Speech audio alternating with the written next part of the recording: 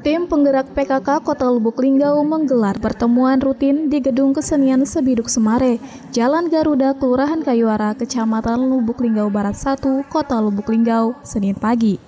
Pertemuan tim PKK kali ini dihadiri langsung oleh Ketua TP PKK Kota Lubuk Linggau, Yeti Oktarina Prana, dan Wakil Ketua TP PKK Kota Lubuk Linggau, Sri Haryati Sulaiman. Usai secara resmi dilantik oleh Ketua TP PKK Provinsi Sumatera Selatan Eliza Alex pada 18 September 2018 lalu.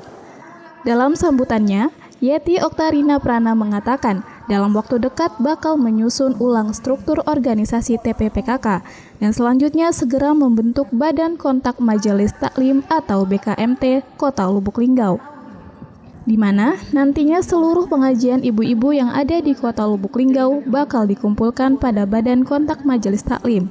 BKMT sendiri bakal dibentuk hingga ke tingkat kecamatan dan kelurahan. Program ini selaras dengan visi misi pemerintah Kota Lubuk Linggau dalam mewujudkan kota metropolis yang madani, di mana dari 12 kegiatan prioritas tersebut, poin pertama ialah pemberdayaan masjid. Pembentukan BKMT diharapkan meningkatkan solidaritas antar ibu-ibu PKK, terlebih yang memiliki potensi.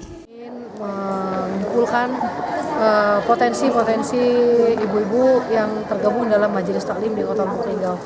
Sejalan dengan program kerja dan target kerja pemerintah Kota Lubuk Linggau bahwa pemberdayaan ekonomi masyarakat dari masjid, saya pikir insya Allah nanti BKMT mudah-mudahan bisa banyak membantu insya Allah. Selain itu, Ketua TP PKK Kota Lubuk Linggau juga meminta anggotanya untuk segera mendata dan mengevaluasi program PKK selama 5 tahun terakhir. Trihajaria, Selampari TV.